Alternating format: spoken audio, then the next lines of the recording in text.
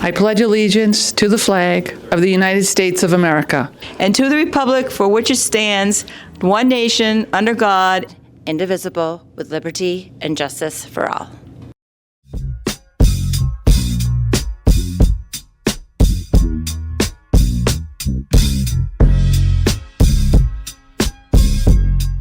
Happy Friday, Frontier. My name is Jacob Maron. I'm here with the good news of the week.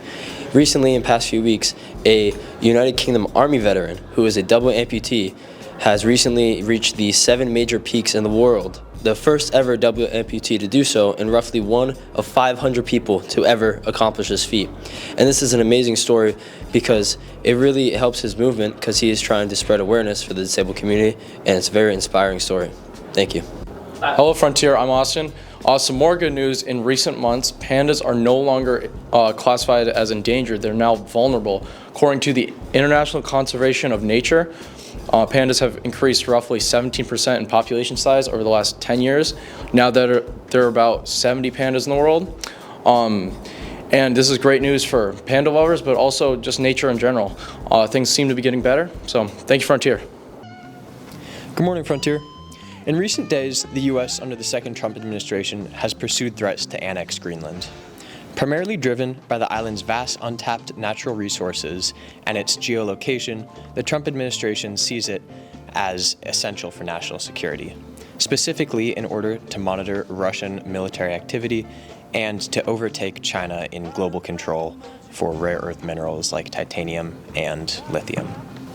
To facilitate this acquisition, reports indicate the White House has discussed offering direct cash payments to Greenland's 57,000 residents.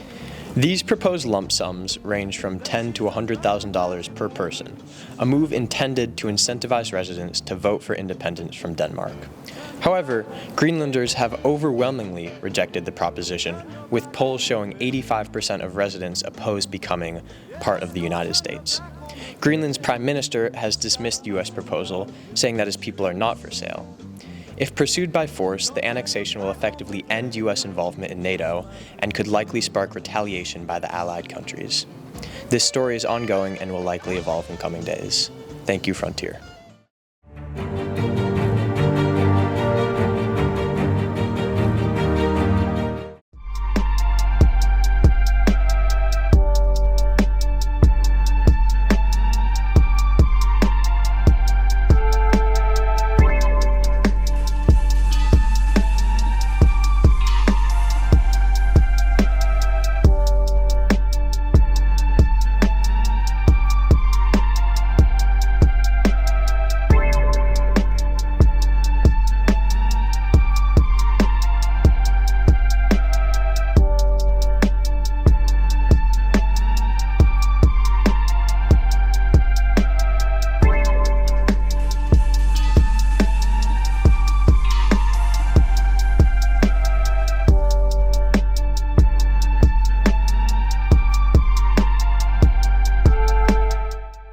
Hey Frontier, it's Cal here to give you your weekly weather report. Over the weekend, we're going to hit negative temperatures, and going into the next week, it's going to be in single digits almost the whole week. On Sunday to Monday, we're going to see a really huge weather storm. They're calling it Winter Storm Fern. There's going to be 6 to 8 inches of snow, and it's going to hit over half the population of the United States. Thank you, Frontier. All right, new semester just started, new classes. What are you guys looking forward to the most? I like my music classes, like trends and popular music with Diego. It's really fun. I like that class, and me and Max are taking how to train a fadungo cheese. It's a new class. Mr. Johnson's teaching it. Yeah. Oh, I didn't know they offered that. Dobie? I'm looking forward to math with Wesley, getting my money up, you know? Yeah. Yes, sir. Right. Yo, Thank you. All right, I'm here with Macy. Caitlin. And what class are you guys taking this semester? What are we? PE? PE, yeah. PE and government and French. Okay, and what are you looking forward to most this semester? Getting good grades. The Italy trip. Thank you. Hey, I'm Will, and I'm here with Eric Larson. And what are some of the classes you're taking this semester? So I'm taking English, AP Physics, AP Stats, and yeah. And what's your favorite class this semester? Oh, my favorite class has to be AP Physics because I just love to learn about science and math and that stuff. Yeah, I do miss physics. Thank you. All right, who am I here with? Caleb. New semester started. What classes are you taking, and what are you looking forward to the most? And I have a gym class, English, math, PACE, and a couple other classes I can't remember the names of. But so far I'm looking forward to gym the most, my 8th semester. And I'm also looking forward to my English class with Mr. Anderson. It sounds like a good semester. Thank you, Caleb. Hello, students of Frontier. How do we feel that the vending machine is finally restocked? I think it's fantastic. I love having food and drinks in here. Yeah, when it was not stocked, it was a big disappointment and morale loss to students who walked by and saw that there's nothing, not even water. But now there's so much water and many great snacks. Now I can eat whatever I want. Thank you, Frontier. Yeah. Remember, there's always the snack cart.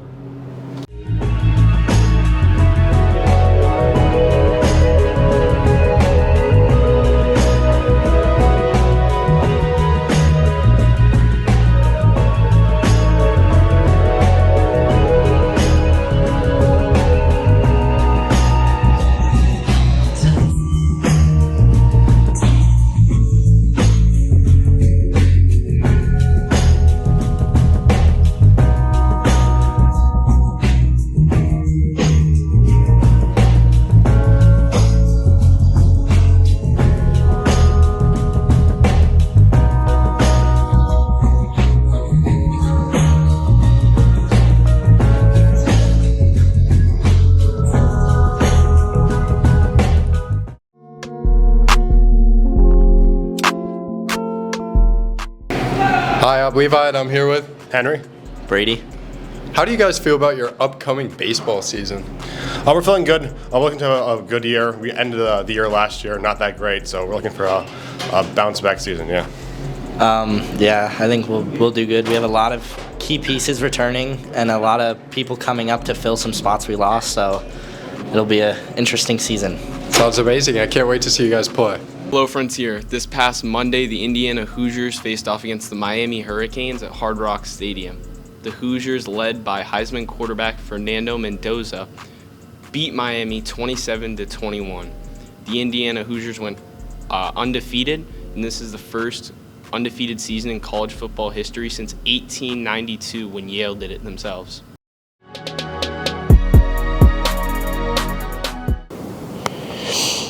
Hey, Frontier. Welcome back to the Johnson Music Reviews. Not in the best mood because it's my first music review without the Merrick Boys. Won't ever be the same. I miss those guys. But, you know, today we're going to be reviewing Sad Metal by Mario Judah. It's a 10-song album consisting over 25 minutes long. And it came out October 21st of last year. And my favorite songs on the album are Let Me Out of Here, Learn to Breathe, and Broke Enough. And overall, I do enjoy the album. It's kind of like a different vibe. But I give it a 7.3589002 never, never, never out of 10. And yeah, it's about it with Frontier. But, you know, I just want to say thank you to all the Merrick Boys. You know, I'm the last one standing. And, you know, I hope to see you again in another life. Thank you. This new AI proves that we are so unbelievably cooked, and it's not even funny. So over the past 2 weeks or so, this new motion control AI has been released by a bunch of companies where basically you can make anybody do anything, as you are seeing behind me right now. Like this guy who decided to use this software with the entire cast of Stranger Things that mimic each and every exact movement that he does. Or this guy who decided to do it with a streamer who I'm not sure is real or not, but still, the point is, this is terrifying. And sure, on paper, you're probably like, whoa, this is pretty cool. This is a new age of technology. But then you actually start thinking about it. Yeah, this is going to get terrifying really fast. And this is like the dinosaur asteroid about to hit the entire creative industry. And that's why I keep telling people that being imperfect is actually perfect. But the scariest part about all of this is that this is the worst it's ever going to be. It is only going to get better from here. So if you're going to use AI for content creation, use it as a tool and not to replace you entirely.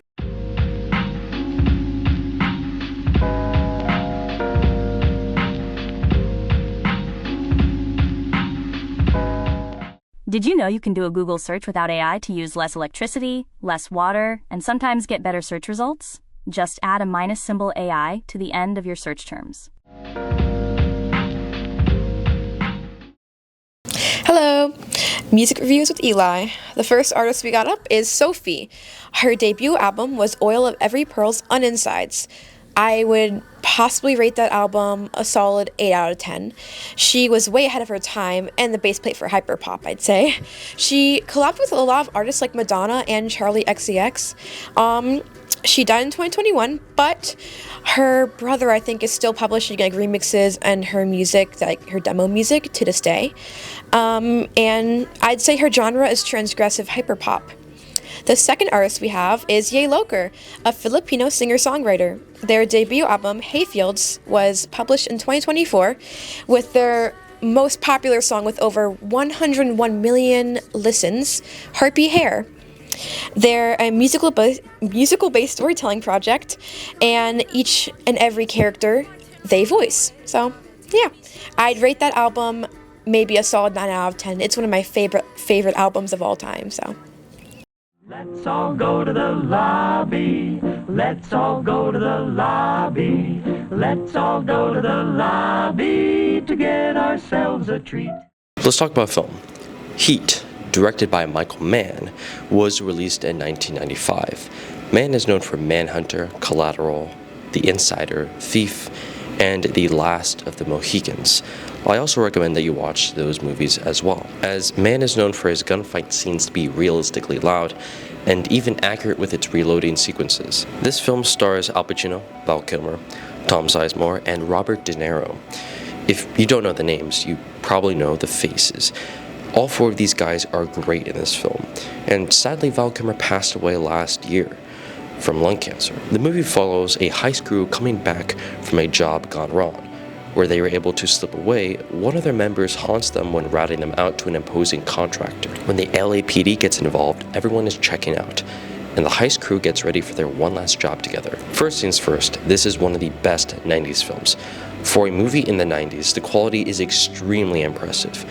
This is a very, very blue movie. There's something about how nighttime looked back then. It was very enchanting and atmospheric. Originally, this was based on the 1989 version of the movie, a TV release called LA Takedown. It follows the same story, and you can assume it has lesser quality, which is why Mann did it again. I'm glad he did. After he released The Last of the Mohicans, he was looking to do a James Dean biopic, and was also looking for someone to take the job of revamping the project. Producer Art Linson told Mann that he is the only one who can remake LA Takedown, and that Pacino and De Niro would be easy to cast. What I really like about this movie is that Mann wanted to go all in for realism, but have it be extremely stylized. Credit where credit is due, it worked. Mann would go out with an on-duty LAPD officer and respond to radio calls every Friday and Saturday for 6 months.